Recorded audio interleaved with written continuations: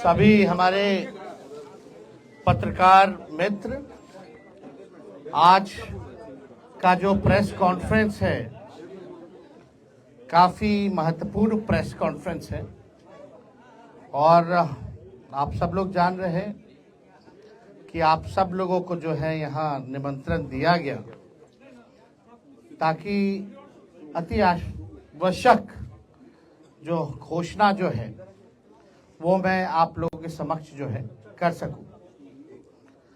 आप लोग सब लोग देख रहे होंगे कि लगातार जो है हम यात्रा पे निकले हैं और सभी हमारे पार्टी के वर्कर जितने हैं सभी लोगों से फीडबैक मिल रहा है।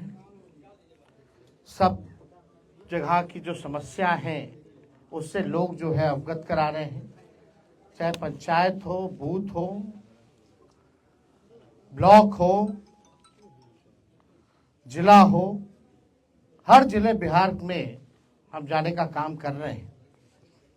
लोग जो है बेरोजगारी से, गरीबी से और खास तौर पे महंगाई से सबसे ज्यादा लोग जो है जूझ रहे हैं, परेशान हैं। और पूरा यात्रा में हम लोग जब घूमे तो सरकार की जितनी कमियां हैं उसका भी लोगों ने उजागर करने का काम किया और समय समय पे चाहे प्रीपेड मीटर का हो, बिजली बिल का हो, लैंड सर्वे का हो, ब्लॉक में थाने में भ्रष्टाचार का मामला हो, अपराध का मामला हो, भ्रष्टाचार ही भ्रष्टाचार जो है जिस प्रकार से पुल पुलिया गिरता रहा हम सब लोगों ने देखा। और ये बेरोजगारी को हटाने के लिए हम लोगों ने मुहिम भी छेड़ी थी। 2020 में अगर आप लोग याद करें तो हमने कहा था 10 लाख नौजवानों को सरकारी नौकरी देंगे और जब हम सरकार में आए केवल 17 महीने as a deputy chief minister तो हमारी सरकार ने 5 लाख लोगों को सरकारी नौकरी प्रदान किया। 3.5 लाख नौकरियां प्रक्रियाधीन कराया गया और इस बात को हर कोई मानता है, चाहे विपक्ष में लोग हों, बीजेपी के लोग हों या हमारे चाचा जो कहते थे कि असंभव है, कहां से पैसा आएगा, नौकरी कहां से बांटेगा। लेकिन तेजस्वी ने एक लकीर खींची, आज सबको उसी लकीर पर ही बात और चर्चा करना पड़ रहा है। देखिए, बिहार में जो आधी आबादी है, मेरा पूरा मानना है कि महिलाओं को जब तक हम लोग सशक्तिकरण नहीं करेंगे और कोई भी काम के लिए जब तक महिलाओं का योगदान ना हो, महिला अगर साथ ना हो तो उस लक्ष्य की प्राप्ति नहीं की जा सकती है।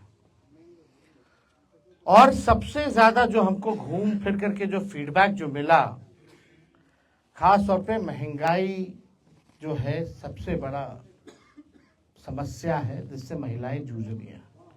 हमने पहले भी कहा था कि हमारी जो सरकार बनेगी वो सामाजिक न्याय के साथ साथ आज का जो दौर है आर्थिक न्याय देने का, सामाजिक न्याय के साथ साथ हम लोग आर्थिक न्याय भी हम लोग करेंगे। और मुझे करोड़ों जो हमारी माताएं हैं, बहनें हैं, उनके आशीर्वाद से मुझे आज बहुत प्रसन्नता हो रही है ये घोषणा करने में कि हमने जो निर्णय लिया है कि अगर हमारी सरकार बनेगी तो हम लोग माई बहन मान योजना की शुरुआत करेंगे। माई बहन मान योजना के तहत जो हमारी माताएं बहनें हैं जो महंगाई से जूझ रही हैं, जो गरीब महिलाएं अपने पसंद का खा भी नहीं पा रही हैं, कपड़ा नहीं पहन पा रही हैं, बच्चों का इलाज नहीं करा पा रही हैं, आर्थिक तौर पे जो कमजोर महिलाएं हैं, उनके लिए हम लोग माई बहन मान योजना के तहत सीधे उनके खाते में 2500 रुपया हम लोगों की सरकार देने का काम करेगी। और सरकार बनते ही 1 महीने के भीतर इस योजना की शुरुआत हम लोग जो है कर देंगे। यानी करोड़ों जो महिलाएं हैं उनको भी देखते होंगे कि अगर महिला अगर खुश नहीं है तो घर खुशहाल नहीं रह सकता। महिला अगर खुश रहेगी, घर में खुशहाली भी रहेगी, घर भी एक तरक्की करेगा। घर जब तरक्की करेगा तो गांव तरक्की करेगा, पंचायत तरक्की करेगा, ब्लॉक तरक्की करेगा, राज्य तरक्की करेगा। तो हमें ये बताते हुए बहुत ही खुशी हो रही है, हर्ष हो रही है कि इसकी योजना जो है एक यूनिक योजना होगी, जिसके तहत सीधे जो है माताएं बहनों के खाते में 2500 रुपये जो है सीधे हम लोग जो है खाते में डालने का काम करेंगे। और आप लोग सब लोगों को बताना चाहेंगे कि तेजस्वी हर माताएं बहनें महिलाओं से आह्वान करूंगा कि आइए माताएं बहनें, बिहार की विकास गाथा को अपना आशीर्वाद दो, अपने बेटे तेजस्वी को अपना आशीर्वाद दो, नींव रखो बिहार को नंबर 1 बनाने की। तो हम लोगों को प्रयास है कि बिहार को जो है नंबर 1 स्टेट हम लोग बनाएं। और मैं उन सारी महिलाओं को कहना चाहता हूं कि अब उनका दुख जो है तेजस्वी के जिम्मे है। अब जो भी परेशानी होगी, दुख होगा, अब तेजस्वी जो है देखने का काम करेगा। आप देखिएगा कि बहुत समस्या बिहार में है। कुछ लोग कहते थे कि कहां से कर पाएगा, कैसे कर पाएगा, पैसा कहां से आएगा। जितने टेप रिकॉर्डर इधर उधर बजते रहते हैं, हम तो मुख्यमंत्री जी को कहना चाहते हैं, मुख्यमंत्री जी आइए, आप सामने आइए और आप बताइए कि हम लोगों ने कैसे नौकरियां बांटी। आप पहले क्यों कहते थे असंभव है, लेकिन मुख्यमंत्री जी तो चुप्पी साधे रहते, कुछ बोलते नहीं है, चुप है। बड़ी सी बड़ी घटना हो जाती है, पूरे बिहार में जो है आप देखिएगा कि अफसरशाही किस प्रकार से हावी है। हाथ पैर जूता लाठी सब चला रहा है नौजवानों पर। इसका हम लोगों ने कड़ा विरोध किया है। और बिहार में जिस प्रकार से सरकार नाम की कोई चीज नहीं रहेगी। मुख्यमंत्री कहां गायब है कुछ नहीं पता। अपनी यात्राओं पे इतना खर्च कर रहे हैं जो आज तक किसी भी बिहार के मुख्यमंत्री ने खर्च नहीं किया, ये दावे के साथ कह सकते हैं। 2 अरब 25 करोड़ 78 लाख रुपए खर्च करेंगे केवल संवाद के लिए। तो ये बड़ा प्रश्न है। महिलाओं के सशक्तिकरण को लेकर के हम सब लोगों का प्रयास है कि सभी लोगों के दुख दर्द को हम लोग जो है दूर करें, लोगों को जो है आर्थिक न्याय हम लोग दिलाने का काम करें। इसलिए आज दरभंगा में आप सब लोगों को जो है हम लोगों ने निमंत्रण दिया एक महत्वपूर्ण घोषणा के लिए कि हम लोगों की सरकार बनेगी तो माई बहन मान योजना की हम लोग जो है शुरुआत करेंगे। तो और कोई अगर आप लोगों का सवाल है,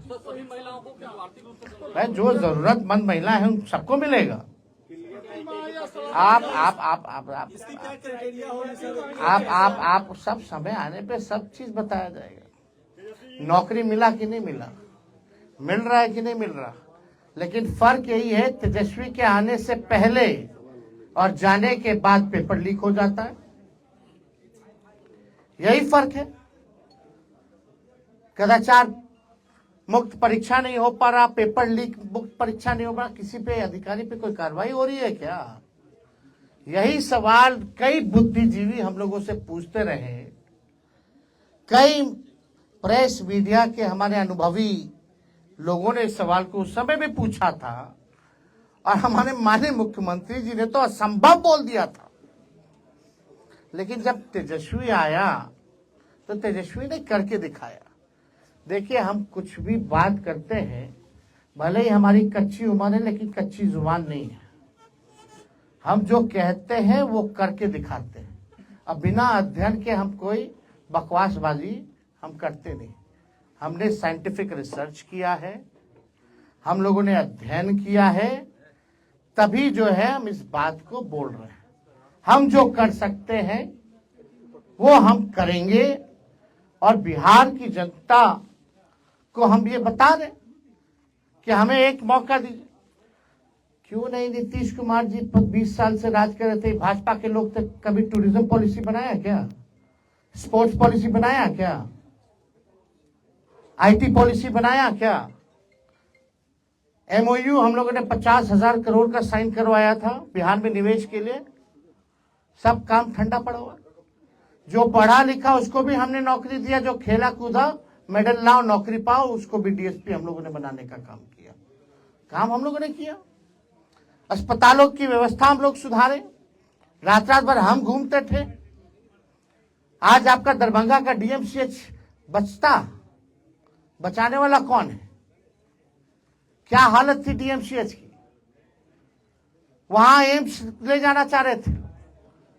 दरभंगा में हम ही ने कहा कि भाई डीएमसीएच पीएमसीएच के बाद सबसे बड़ा है, इसकी फैकल्टी मेंबर इंटरनेशनल ली है, ये ऐतिहासिक जगह है, इसको हम लोगों को बचाने की जरूरत है, इसका विस्तार करने की जरूरत है। यहाँ एम्स अगर खोला जाए तो और थोड़ा बाहर जाकर के खोला जाए ताकि शहर का भी जो है बढ़ेगा, फैलेगा। और आज देखो प्रधानमंत्री को भी आना पड़ रहा है वही काम के लिए जो काम हमने किया, उसी का शिलान्यास करके गए। जमीन किसने दिलाई? कब हुआ? ये किसके कार्यकाल में हुआ? 17 महीने में हुआ। हमने कितना, मांडविया जी उस समय स्वास्थ्य मंत्री थे, हम लोगों ने चिट्ठी भेजा। तो सब चीज ऑन रिकॉर्ड है, सब चीज किसी से छुपाया नहीं जा सकता ना। क्यों नहीं मुख्यमंत्री जी को ख्याल आया भाई कि स्पोर्ट्स पॉलिसी बनानी चाहिए? मोनी उल हक का पूरा हम बनवा दिए, पहले चाचा जी चले गए। आज वही किया हुआ काम को लेकर के लोग बार बार घूम रहे हैं। आज ध्यान आ रहा है कि इस बात की डबल इंजन की सरकार, बिहार को विशेष राज्य का दर्जा नहीं मिल रहा।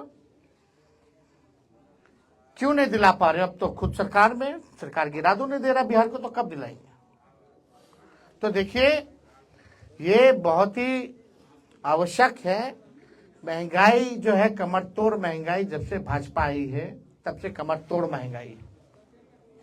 पेट्रोल हो, डीजल हो, आपका गैस सिलेंडर हो। बिहार जैसे हमने कहा कि हमारी सरकार बनेगी तो 200 यूनिट फ्री में बिजली हम लोग दिलवाएंगे। ये सब काम हम लोग करेंगे, बिहार की जनता के लिए काम करेंगे। मालिक है जनता, लेकिन कुछ लोग जो है अपना ही घर चलाने में लगे हुए हैं, अपना ही धंधा चला रहे। बिहार आज नीति आयोग की रिपोर्ट उठा के देख लो, अगर 20 साल तक इन लोगों ने राज किया, भाजपा और जदयू ने, यहाँ 11 साल से केंद्र में सरकार है, अभी भी सूचकांक में देख लीजिए सबसे नीचे, पलायन में बिहार नंबर 1 है, गरीबी में नंबर 1 है, महंगाई है, यहाँ बेरोजगारी में नंबर 1 है कि नहीं है? कोई इस बात को झुटला सकता है? जब आप 20 साल मुख्यमंत्री रह करके इन चीजों को आपने ठीक नहीं किया तो कब कीजिएगा? जितना इनका इंफ्रास्ट्रक्चर है सब फ्रैक्चर हो जाता है, चूहा काट देता है बांध, पुल गिर जाता है। तो देखिए हम लोग काम करने वाले लोग हैं, हमारे पास विजन है, हमारे पास रोड मैप है, हम लोगों ने अध्ययन किया है और हम लोग चाहते हैं कि बिहार को हम लोग अव्वल राज्यों में लाएं, बिहारियों की तरक्की हो, किसी बिहारी को बाहर ना जाना पड़े। इसलिए हम लोगों ने निवेश लाया था 50,000 करोड़ का, हमारी जब 17 महीने की सरकार थी। एमओयू भी हुआ, यहाँ समीर महासेठ जी बैठे हुए मंत्री थे, किसी से छुपा नहीं है ये बात, ये ऑन रिकॉर्ड है। तो बिहार हमारा कैसे आगे बढ़ेगा उसके लिए हम लोग जो है काम करेंगे। और हमने तो पहले भी कहा, मिथिलांचल हो या सीमांचल हो, यहाँ के लिए हम लोग जो है अलग से एक आयोग का हम लोग गठन करेंगे ताकि मिथिला के विकास के लिए और सीमांचल के विकास के लिए जो है मजबूती से क्या कमी है, कैसे इसको दूर किया जाए, उसके आधार पे हम लोग काम करेंगे। और कोई आप लोगों के पास सवाल? एक चुनाव के बारे में क्या कहना है? एक देश एक चुनाव कराने की तैयारी जोर शोर से चल रही है। बिहार का पहले एक फेज में करा लेना चुनाव, एक ही राज्य में ना चुनाव होता है। जब बिहार का होता है तो जो आयोग एक बाई इलेक्शन नहीं करा सकता एक साथ, तो उससे क्या अपेक्षा की जा सकती है? बिहार में क्यों नहीं करा रहे एक फेज में, जब एक ही राज्य का चुनाव होता है पूरे देश में? तो पहले ये तो करवा लो भाई, बाद में देखा जाएगा। पॉलिसी सही है या गलत है, क्या करना चाहिए नीति? क्या अभी जो चल रहा है उसमें क्या गलती है? अभी क्या उनका तो ठीक नहीं खर्चा है? ज्यादा बैठता है, कम खर्चा में। मोदी जी कितना बचेगा खर्चा? कितना खर्चा बचेगा? जो भी खर्चा बचेगा तो बीजेपी के लोग, बिहार सरकार गरीब राज्य, कितना विज्ञापन पे डेली पेज पे आ डाल रहे हैं। इन लोगों ने 11 साल अब 20 साल में कितना खर्च किया विज्ञापन पे? माई बहन योजना की क्या क्राइटेरिया होगी सर? आपको तो सारा बता ही दिया, अब क्या जानना है उसमें? सर आपने कहा कि डीएमसीएच बचाने के लिए एम्स, एक मिनट सर सवाल पूरा सुना।